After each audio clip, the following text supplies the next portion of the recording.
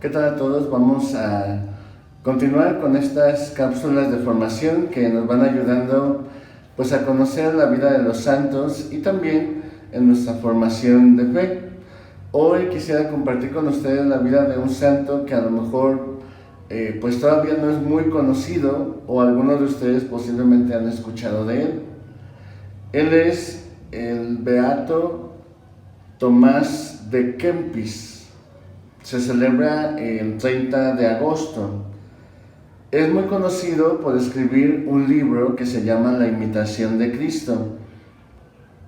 Ha tenido, después de la Biblia, este libro es el que más se ha editado en diferentes idiomas, y precisamente la última edición, o la primera edición, perdón, salió 20 años antes del descubrimiento de América.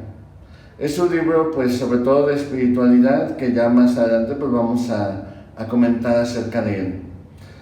Unos datos acerca de su vida: sabemos que nació en Kempis, Tomás, cerca de Colonia, en Alemania, en el año de 1380, y llegó a ser sacerdote.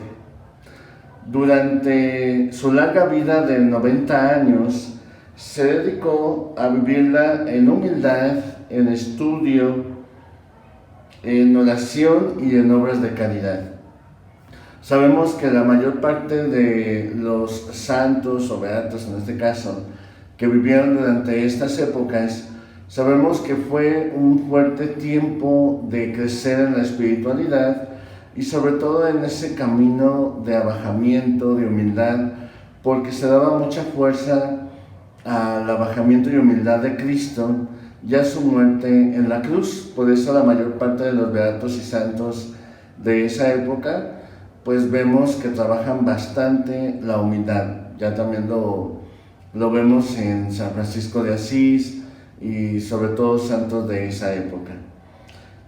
También otra de las cosas que descubrimos también en esos santos es que durante esa época sabemos que también era necesario el estudio y la formación de la fe, porque la iglesia pues poco a poco iba caminando, iba introduciéndose en los diferentes ambientes del mundo, por lo cual necesitaba de diferentes medios que le ayudaran a custodiar el depósito de la fe y saberlo explicar y aplicar a las diferentes realidades con las que se encontraba a su paso en la evangelización. También, como decimos, a la oración.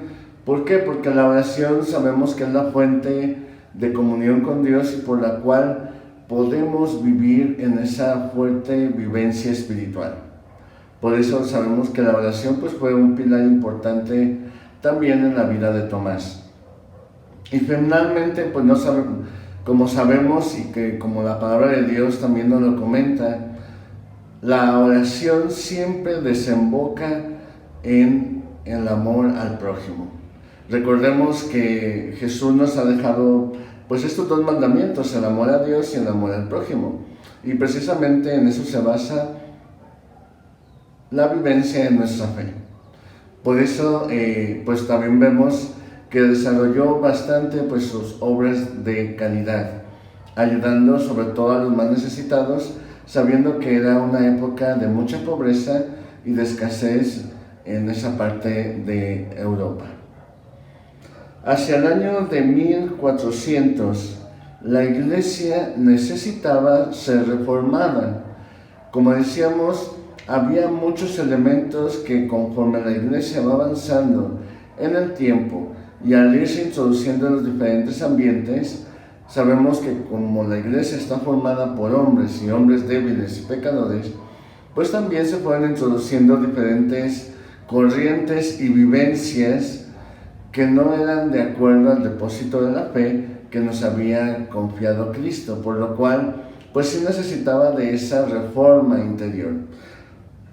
Y precisamente Santo Tomás, el beato Tomás de Kempis, vio que precisamente el primer paso para llevar a cabo esta reforma de la iglesia era la reforma personal de cada cristiano, es decir, empezar por la conversión personal, porque decía que conforme los mismos cristianos nos fuéramos convirtiendo y transformando y reorientando, precisamente por eso la palabra conversión, reorientar nuestra vida hacia Cristo, pues podemos también nosotros llegar a esa conversión de la vida.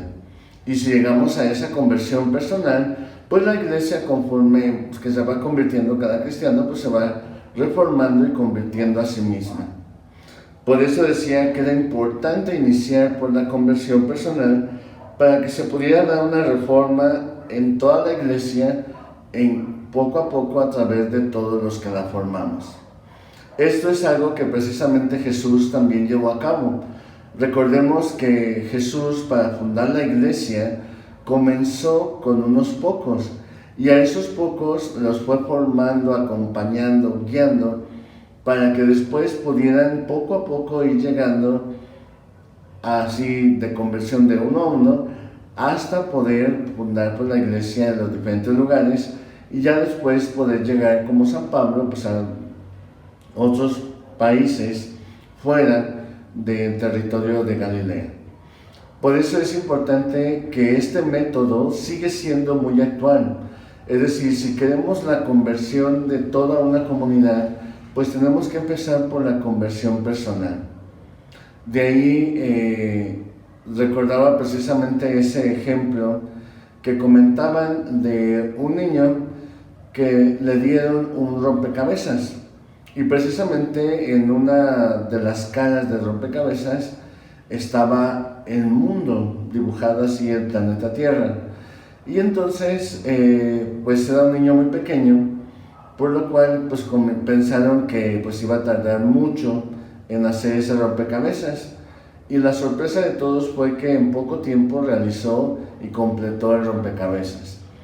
Cuando le preguntaron a aquel niño cómo le hizo para pues, hacer algo tan rápido siendo tan pequeño, se dieron cuenta que del otro lado de la cara del rompecabezas estaba la figura de un hombre. Y por eso dijo, no, pues yo lo que hice fue formar al hombre, y al formar al hombre, o al reconstruir al hombre, pues se reconstruyó el mundo. Y esta es precisamente la intención de Tomás de Kempis. Si reformamos, transformamos o convertimos al ser humano, el mundo va a cambiar. La comunidad va a cambiar, y la iglesia también va a saber implementar la vivencia de la fe en los diferentes lugares, ambientes y circunstancias en las que nos encontramos.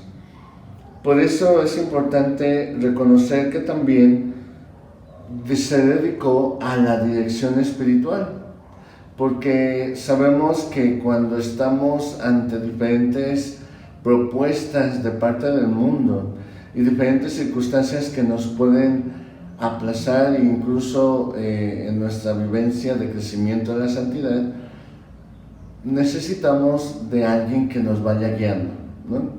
Por eso él se dedicó mucho a la dirección espiritual de diferentes almas de las personas para poderlas hacer crecer en la santidad, y sobre todo tenía el don de consejo, porque sabía cómo aconsejar y guiar y acompañar a las diferentes personas que se acercaban a él en ayuda de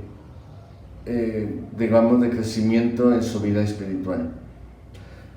Este libro que escribió de la imitación de Cristo tiene 4 tomos, son como 4 libros en uno, y precisamente tiene su dedicación cada tomo o cada libro para poder crecer en una vivencia espiritual. Por eso es recomendado para todos los cristianos poderlo leer, ya que es un camino claro, un camino sobre todo que ayuda a esa maduración de la fe.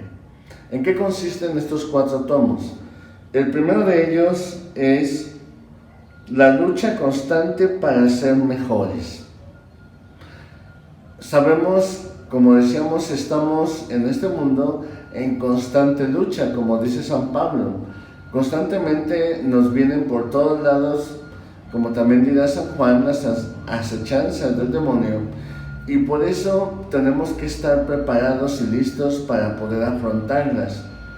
Recordemos que precisamente ante esas circunstancias pues está la vivencia de los obstáculos que nos impiden precisamente vivir en esa plena comunión con Dios. Él nombra algunos de ellos como son la soberbia, la lujuria, la avaricia y las diferentes propuestas que nos llevan a poner, así lo llama él, nuestros ojos en la idolatría, es decir, poniendo en lugar de Dios otras circunstancias o situaciones que nos llevan a olvidarnos de Él. Por eso esa constante lucha y poder armarnos, como dice San Pablo, con todas las herramientas de la fe. Y él habla precisamente que para vencer estas luchas necesitamos de la oración, de la humildad, porque sabemos que nosotros por nosotros mismos no podemos, y de las obras de caridad. Entonces, este primer tomo sobre todo nos hace conscientes de que estamos en lucha, de que si queremos crecer y mantener esa vivencia de comunión con Dios y de crecimiento espiritual, pues necesitamos prepararnos para la lucha, como dice el libro del Eclesiástico, ¿no? Prepárate para la lucha, constante y de cada día, porque esto no tiene plazo, sino cada día nos encontramos en ese proceso. El segundo tomo es cómo comportarse ante la tribulación. Sabemos que también, como nos dice San Pablo, nos encontramos en ese proceso y en ese crecimiento espiritual, por lo cual necesitamos también, como nos dirá más adelante, ser probados en el crisol, como el oro. Y ante ese proceso, pues es a través de las tribulaciones o las dificultades. Por eso este segundo tomo, o esta segunda parte del libro, nos habla de cuáles son las mejores actitudes para poder vencer esas tribulaciones y sacar provecho de ellas. El tercer tomo nos habla acerca de que la santidad no depende solamente de nosotros, sino también de la ayuda principalmente de Dios. De ahí el por qué necesitamos crecer en esa comunión con Él, ya que precisamente todo no solamente depende de nuestras fuerzas, sino también de la gracia de Dios. De ahí por eso decíamos que la oración es un punto fundamental para poder crecer en la santidad. Y así lo decía Tomás a través de este tercer libro, esta parte del libro, donde habla que necesitamos de la humildad para reconocer que la gracia de Dios es la que nos va a ayudar en la santidad. Por eso la confianza de ponernos en las manos, él dice así, de este alfarero que nos va formando y va forjando en nosotros la vivencia de la fe. El cuarto tomo es un tratado sobre la Eucaristía, sobre todo precisamente no como un sacramento en sí, sino trata la Eucaristía como el alimento necesario para la vida. De ahí el por qué constantemente hace referencia a la asistencia de la misa y también sobre todo la vivencia espiritual de la misma. Cada uno de los signos que va explicando ahí nos ayuda precisamente para entenderlos y para poderlos vivir y llegar al culmen de la Eucaristía, que es a esa comunión con Él, ¿no? Por eso decimos constantemente que el culmen de la misa no solamente son precisamente los ritos iniciales o las partes de la liturgia de las palabras y la liturgia eucarística, sino el culmen es recibir la presencia de Cristo mismo en la comunión, ¿no? Que es la parte esencial hacia donde va pues todo lo que es la Eucaristía. Si escuchamos, dice él en esta tercera parte, si escuchamos la palabra de Dios es para abrir nuestro corazón y disponernos para ese encuentro.